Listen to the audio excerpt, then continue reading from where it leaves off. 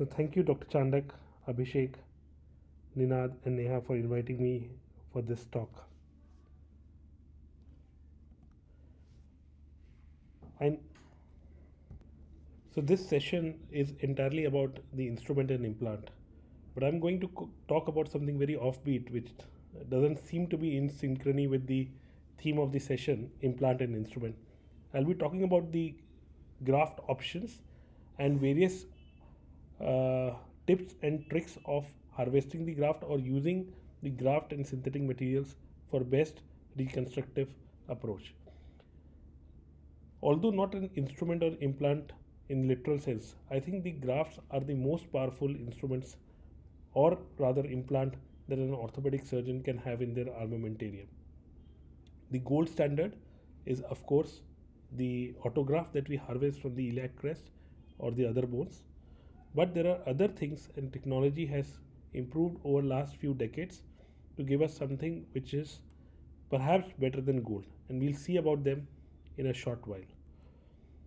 As I said, despite this session being on instrument and implant, I'll play a spoiled sports by saying that as is our biology, so is our orthopedics. Of course, we do need help of biomechanics and good instrument and implant, but the final word is with biology.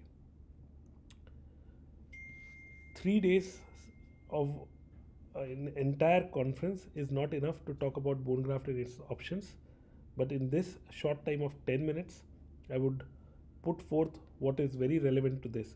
So, the gold clearly remains the autograft, which is harvested typically from the iliac crest, and there are several other kits, and today there are more than 300 graft options available in US. Some of them have evidence, and some of them are without any evidence. And these other kits, which are most relevant today, include bone marrow aspiration, bone morphogenic protein, allograft, synthetics, and there are some other newer things on the block which are collagen, peptides, and DBM. Now, if there is one slide in orthopedics that we must always remember, whether we are doing any adult reconstruction, pediatric reconstructions, any soft tissue procedure, is this one. This is the Mona Lisa slide of orthopedics. For any healing, we require three things: cells, growth factors, and scaffold. So, bone healing is no different, and we need osteogenic, osteoconductive, and osteoinductive things from any material that is intended for regeneration. Now let's look at what autograft does. It's typically done from iliac crest, which is both accessible and available. Few simple tricks. It has to be 2 centimeter posterior to the ASIS to avoid fracture and injury to the LCNF. And one of the complications that is reported, or why one of the reasons why autograft has not been has steadily been declining in its use, is because of the pain and the hematoma. So if closure is done properly and if there is less periosteal stripping, the chances of these complications, which have been reported to be anywhere between 8 to 26%, is decreased. Few simple tricks: raise the pelvis by 30 degree. 5 centimeter incision usually suffices. As I said, it has to be 2 centimeter posterior to ASIS. Avoid any periosteal stripping. Use sharp osteotope, multiple if required, and closure again is very important so that there is no hematoma. If you feel that the patient is too oozy, it may be a good idea to use a drain. The next in the line is bone marrow aspiration. So from gold we are moving it to other products, and I think the next in line is clearly bone marrow aspiration. And the tricks here is that you'll need a bone marrow aspiration needle which has to be thoroughly rinsed with heparin. Typically you should have 1000 unit per ml of saline on table, and the recommended amount of saline on table is 50 to 100 ml. Rinse all the component that has to be in contact with the marrow. The aspiration site could be anterior superior iliac spine or the posterior spine. Direction is very important, and this figure shows the shape of the pelvic brim, and a trick is simply to hold and pinch in those people whom you can pinch. So in a very obese patient this may not be possible, but where possible, just displace the skin and hold it with the finger so that you can get an approximate idea of direction. This small video will show you how we are doing it here. So you see, with a gentle movement you go inside the iliac crest, and you'll see that one of my finger is supporting the needle so that there is no bending force, and it has to be gentle along the direction. It is important to ensure the best yield. For that you need freshly heparinized syringes. Remember the rule of 5, 15 and 30. So whenever you are aspirating, it has to be no more than 5 ml in the first go, then you turn around 90 degree, another 5 ml, turn around another 5 degree. So total of 15 from one aspiration attempt. Then you withdraw the needle, reinsert through the same incision, and draw and use a different trajectory to draw another 15. After you have withdrawn the 30 ml, then you can use another incision site for another 30 ml. It is important, as you will see in the next video, that an optimal syringe pressure of less than 5 milliliter is used so as to prevent the dilution and cell trauma. So you look in this video here. Once I've ensured that I've got a giveaway to reach the bone marrow, I attach this syringe. And once we have done that, we'll draw and give the pressure enough only so as to be at the 5 ml. So if you give too much pressure, you could have taken it up to all the way up to 20 milliliter. But no, you shouldn't be doing that. One, because it causes the dilution, and second, because there is a high speed of things entering, then the trauma to the cells or the medical signaling cells happen. Next in line is this wonder drug, which I call bone morphogenic protein, or rather a body morphogenic protein. It belongs to TGF2 beta superfamily. It was discovered by Michael Uris, and for which he got a Nobel Prize nomination. It affects almost all the body function, and thus, as I said, it can be called as body morphogenic protein. Now it's got, so unlike the bone marrow aspirate, which is known to have both osteogenic properties as well as osteoconductive and osteoinductive properties, this one here is mainly known for its growth factor, and that is why they are osteoinductive. Commercially, it is available as infuse, which is by Medtronic. The other one, this is the BMP2. The other one, which is BMP7. So OP1, which is BMP7, was by Stryker, and it ran into some controversy, so perhaps it's not available now. But truly these are wonder drugs, and I have a personal experience of working on transgenic mice where even a subcute injection of these led to significant amount of bone formation, and it improved and when done in spine fusion model, they showed terrific result. Now coming to another important tool in our armamentarium, the allografts.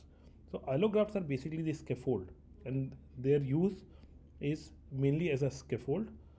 So as I said, so you needed growth factors, which is the BMP. You needed the cells which came from bone marrow aspirate. Now you would need, so for the osteoconduction you will need scaffold, which is the allograft. Now using them appropriately is the key to get good results. So in from Hindu mythology, if I borrow a word, you have to do what is called a Shuddhikaran and Pran Pratishtha. That means you have to ensure that it is non-infectious and it serves its work as the osteoconductive device. So the moment we get these grafts from the bone bank, and I have decided to use it for the surgery, even before I start prepping my patient, I ask my nurse to open it and keep it in antibiotic saline solution, usually a Vanco and Genta combination. So for good half an hour, 45 minutes, they have to remain soaked. That perhaps also makes them supple enough to be morselized and increase their surface area. So after morselization, they have to be put in the bone marrow aspirate. You can see on the right hand side, that's the bone marrow aspirate that we have done. So depending on the quantity of bone graft required, your bone marrow aspirate also varies. So if you look at this next video, you will see that they almost look like autograft once they have been soaked in this bone marrow aspirate for around half an hour to 45 minutes. So the step, as I said, is first, the moment you have decided to use allograft, is to open the pack, get it soaked in an antibiotic solution. Proceed with bone marrow harvest.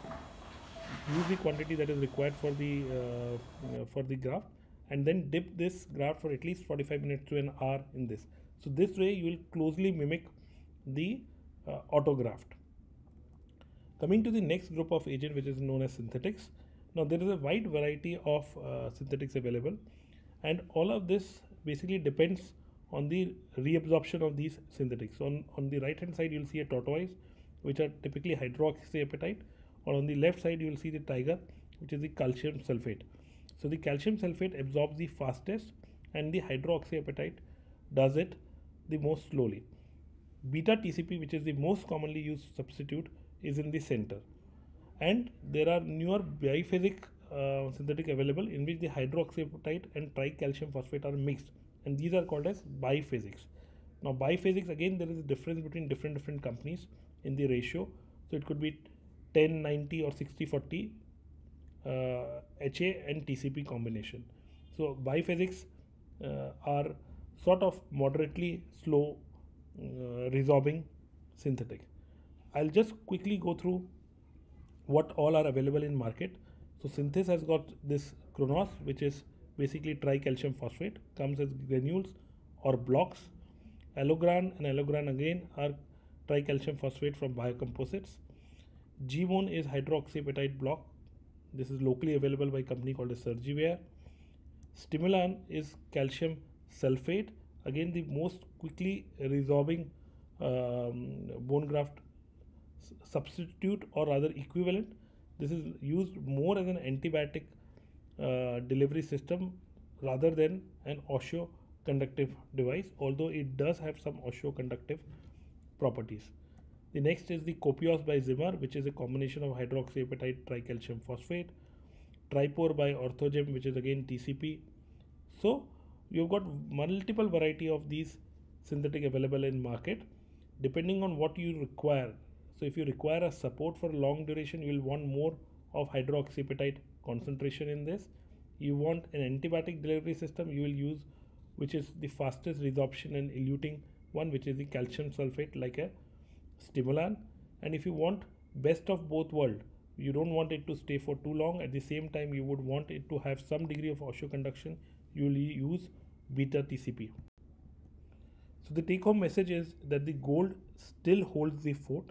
There is very little evidence that you can exceed what autograft does.